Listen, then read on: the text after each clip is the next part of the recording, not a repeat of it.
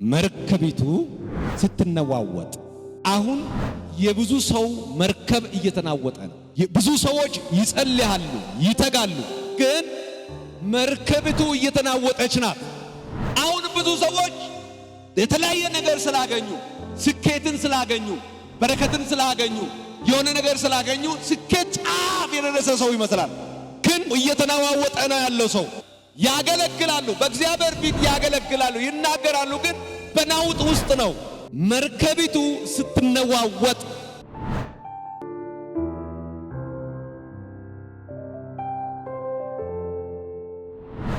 እግዚአብሔር ቃል ያዛችሁት ትንቢተ ዮናስ ምዕራፍ 1 ቁጥር 4 ላይ ያለው ቃል አንብባችሁት። ትንቢተ ዮናስ ምዕራፍ 1 ቁጥር 4 እኔ አዲሱ መደበኛ ነው ማንበባው፣ አዲሱ መደበኛ ትርጉም ነው። እንደዚህ ይላል፣ እግዚአብሔርን በባህር ላይ ታላቅ ንፋስንም ላከው፣ ከባድ ማዕበልም ተነሳ፣ መርከቢቱንም አንገላታ፣ ልትሰበር ቀረበችው። መርከበኞች ሁሉ ፈሩ፣ እያንዳንዱ ወደ አምላኩ ወደ እግዚአብሔር ጮኹ። የመርከቢቱን ክብደትን እንዲቀንሱ በውስጥ የነበረውን ዕቃ ወደ ባህር ጣሉት። ዮናስ ግን መርከቢቱን ወደ ውስጠኛው ክፍልም ተኝቶ በከባድ እንቅልፍ ተኝቶ አንቀላፍቶ ነበረ። የመርከቡ አዛዡ ወደ እርሱ ሄደ፣ እንዴት እንደተኛ ተነስ፣ አምላክን ጥራ እንጂ ምናልባት ከጥፋቱ ያድን ይሆን አለው። ከዛም መርከበኞች እርስ በርስ ይህ ነገር ምንድነው? ይህ በማን ምክንያት እንደመጣ ለምን ኑ ዕጣ እንጣጣል ተባባሉት። ዕጣ ሰጣሉት። ዕጣውም በዮናስ ላይ ወደቀ ይላል። ዕጣው በዮናስ ላይ ወደቀ ነው። በዚህ ትንቢተ ዮናስ በዚህ ቦታ ላይ እግዚአብሔር ለማስተማር የሚፈልግ አንድ ድንቅ ቃል አለ። እንደዚህ በሚል ሐሳብ ወይ እንደዚህ በሚል ርዕስ የእግዚአብሔር ቃልን መልእክቴን አስተላልፋለሁ። መርከቢቱ ስትነዋወጥ ይላል ርዕሴ። መርከቢቱ ስትነዋወጥ አሁን የብዙ ሰው መርከብ እየተናወጠ ነው። የትዳሩ መርከብ እየተናወጠ ነው። የአገልግሎቱ መርከቢቱ እየተናወጠች ናት። ብዙ ሰዎች ይጸልያሉ፣ ይተጋሉ፣ ግን መርከቢቱ እየተናወጠች ናት። መርከቢቱ ስትነዋወጥ እዩት። ብዙ ሰዎች በሚሄድበት መንገድ፣ በሚሄድበት አቅጣጫ ለብዙ ሰዎች ያለው የተሳፈረበት ያለበት ነገር መርከቢቱ እየተነዋወጠች ናት። ወገኖች እንጸልያለን፣ ወደ እግዚአብሔር ቤት እንሮጣለን፣ ግን መርከብ መናወጥ አልቆመችም።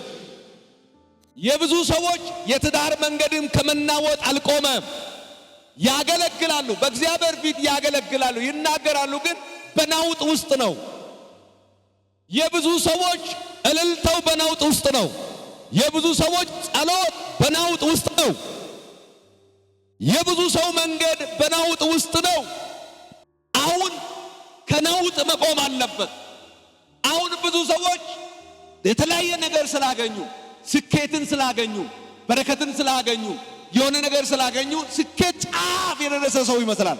ግን ስናወጥ ነው፣ እየተናዋወጠ ነው ያለው ሰው። በፖለቲካ ዓለም መናወጥ አልቆመም። በአገልግሎት ምዕራፍ ሰው ከመናወጥ አልቆመም። አሁን ግን እግዚአብሔር ከመናወጥ ሊያስተምረን በዚህ ቦታ ምን ይፈልጋል?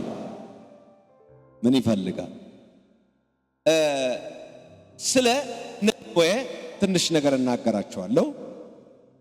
ነነዌ ታሪክና እግዚአብሔር ለምን ተቆጣት?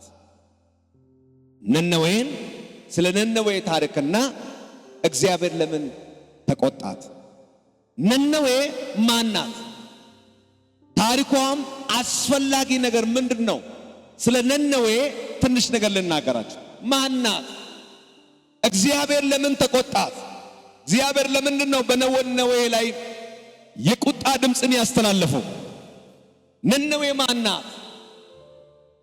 እግዚአብሔር በነቢዩ ቆሞ ስለ ነነዌ የምትናገር እቺ ማናት?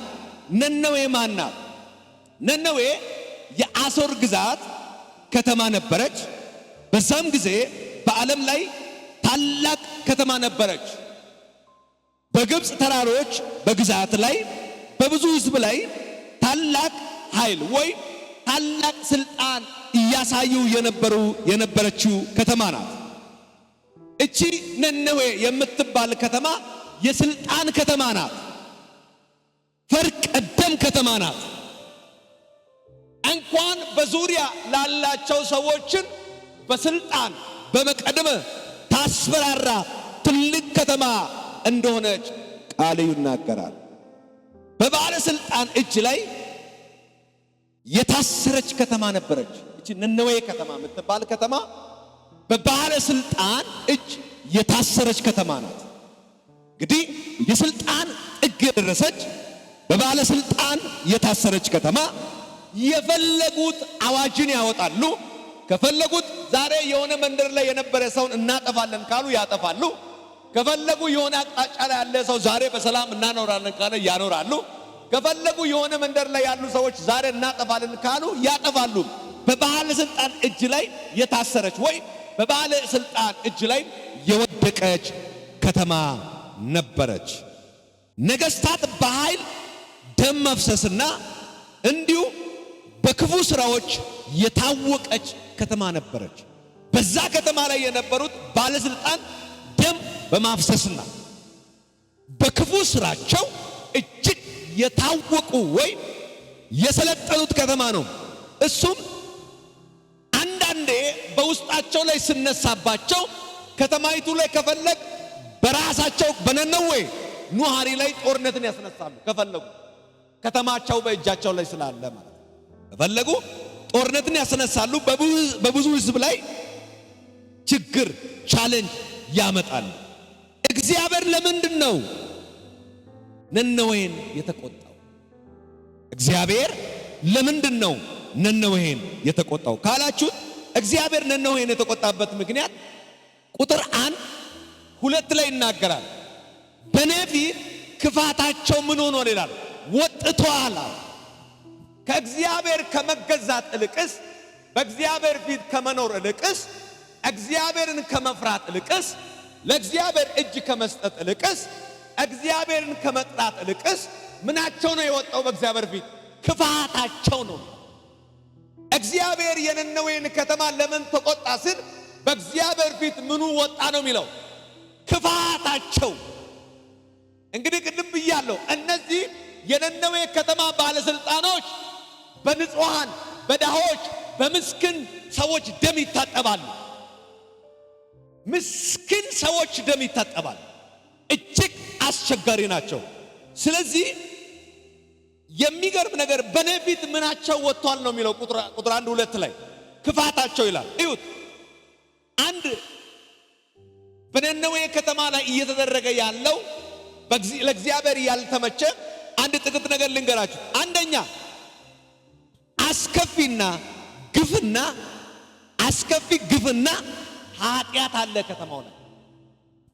አስከፊ ግፍና ኃጢአት አለ በከተማው ላይ።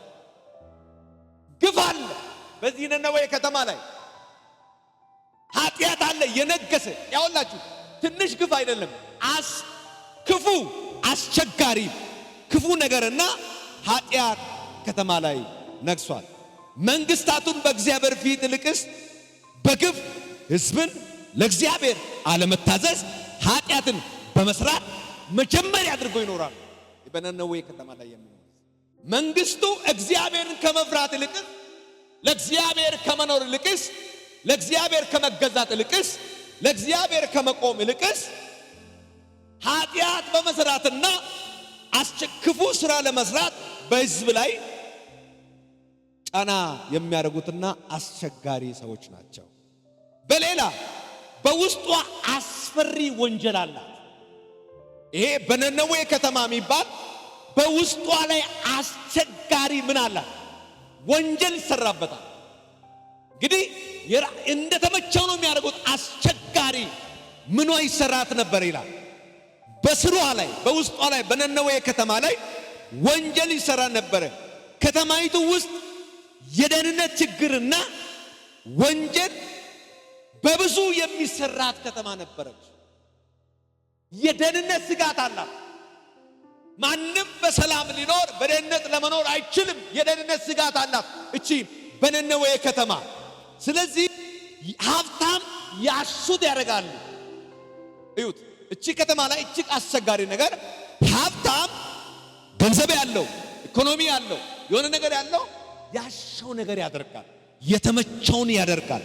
ነገር ግን ደግሞ ምስኪንና በደሃ ላይ በመከራ በአስቸጋሪ ግፍ ይሰሩ ነበር።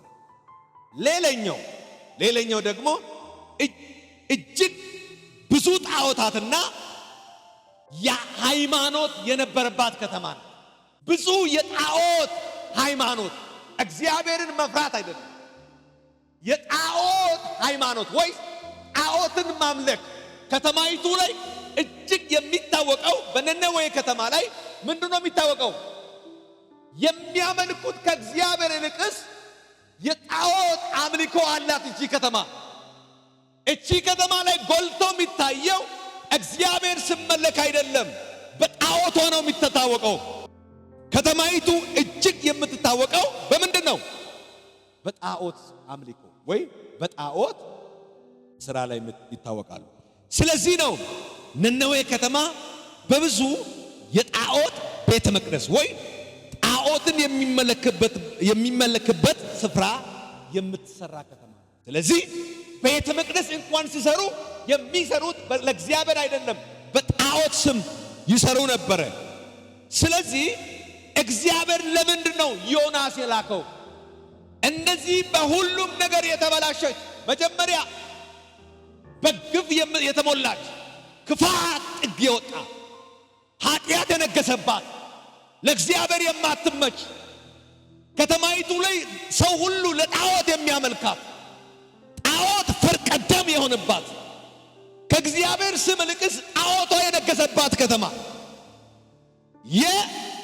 የንጹሃን ወይ የድሃዎች ደምን አፍስሶ በደሙ የምትታጠብ ውጥንቅጥ የወጣች ከተማይቱ ለእግዚአብሔር የማትመች ነነዌ ሕዝብ ለእግዚአብሔር የማይሆን ሕዝብ፣ እጅግ አስከፊና ክፉ ሕዝብ፣ ምቾት ያነቀ ሕዝብ፣ ምቾትን የሚወዱ ሕዝብ፣ የእግዚአብሔር ነገር አይፈልጉም።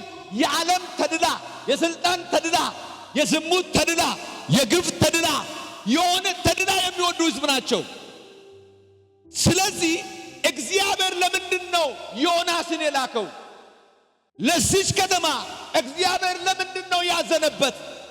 ለምንድን ነው ዮናስን የላከበት ካላችሁት፣ ሊፈርዳት ሳይሆን እግዚአብሔር ለመታወቅ የላከው መልእክት። እግዚአብሔር በነነዌ ከተማ ሊፈርድ ሳይሆን ሊታወቅ ፈልገዋል። ወዳጆች፣ እኛ እግዚአብሔር በእኛ ዘመን ይታወቅ። ማክራዚያባን እግዚአብሔር ለነነዌ ከተማ ለምንድን ነው መልእክተኛው ነቢዩን ዮናስን የላከው? ለምንድን ነው ለዚች ከተማ ውጥንቅጧ የወጣች ምኗ የማይመች አሰራሯ የማይመች አምልኮ የማይመች ነገሯ የማይመች ከተማ ዮናስ የላከበት ለምንድን ነው ዮናስ አላችሁት? ለመፍረድ ሳይሆን እግዚአብሔር በዚች ከተማ ላይ ልታወቅ ስለፈለገ መልእክቱን ልሰጥ ልታወቅ ስለ ነነዌ ከተማ እንደዚህ ካልኩኝ አንድ 5 ነጥቦች ፈጠን ብዬ ላወራችሁ። አንደኛ እግዚአብሔር ለምንድን ነው ለዚች ከተማ የተራራላት? እግዚአብሔር እችን ከተማን ለመታደግ አንደኛ ያደረገው ምንድነው ካላችሁት፣ እግዚአብሔር ጥሪ አደረገ። ምዕራፍ 1 ላይ ማየት ትችላላችሁ። እግዚአብሔር ጥሪ ያደረገ ማንን አንስቶ ዮናስን ጠራ። ዮናስ ሆይ እቺ ነነዌ ከተማ ምን ትሆናለች? ትገለበጣል። ይሄ ምንድነው የሚያደርገው? ጥሪ ነው ያደረገው። እባካችሁ መርከብ መናወጥ ውስጥ ያላችሁ እግዚአብሔር ጥሪ ያደርጋል። እግዚአብሔር መጀመሪያ ጥሪ ነው ያደረገው ለዚህ ከተማ። ለምንድነው እግዚአብሔር ጥሪ ያደረገው ካላችሁ ያውላችሁ እግዚአብሔር ዮናስንም ወደ ነነዌ መልእክትን አስታጥቆ የላከበት ወይ ተነስ ለነነዌ ከተማ መልእክትን ተናገር ያለበት ትልቁ ምክንያት እግዚአብሔር እችን ከተማ ልታደግ ይፈልጋል። ልታደግ ይፈልጋል። ከተማይቱ ካለበት ዲፍሪሽን ካለበት መንፈስ ከተያዘበት ምን ለማድረግ ይፈልጋል? ነፃ ለማውጣት ይፈልጋል። እግዚአብሔር ከተማይቱን ልታደግ ይፈልጋል። በዚህ ምድር ላይ ብዙ ሰዎች ኃጢአት ላይ ሲጨማለቁ እንደ ነነዌ ሕዝብ ሆነው የፈለገው ነገር ሲኖር እግዚአብሔር ዝም የሚልበት ምክንያት ወገኖች ለምን ይመስላል? እግዚአብሔር ጥሪ እግዚአብሔር ልታወቅ ስለሚፈልግ ዮናስ ለዚች ከተማ መልእክትን አስታጠቀ። ዮናስ እግዚአብሔር ካስነሳ በኋላ የእግዚአብሔር ሐሳብ ሳይሆን እግዚአብሔር ለነነዌ የተናገረው መልእክት ሐሳብ ሳይሆን ዮናስ በራሱ ሐሳብ ተመራ ሄደ። በማን ሐሳብ? በራሱ ሐሳብ። እግዚአብሔር ከሰጠው መልእክት ውጪ ምን ሆነ? መጓዝ ጀመረ። ብዙ ሰዎች የኛ መርከብ የምናወጥበት ምክንያት ምንድነው ካላችሁ እግዚአብሔር የሰጠው መልእክት አይደለም እያደረግነው ያለው። ዮናስ እግዚአብሔር ከተናገረው መልእክት ውጪ ምን ሆነ? በራሱ ምኞት፣ በራሱ ሐሳብ፣ በራሱ መንገድ፣ በራሱ ራእይ፣ በራሱ አቅጣጫ ምን ሆኗል ይላል? ተጓዘ፣ ሄደ። ከእግዚአብሔር ሐሳብ ይልቅስ ዮናስን ያሸነፈው የማን መልእክት ነው? የራሱ ግላዊ መልእክት፣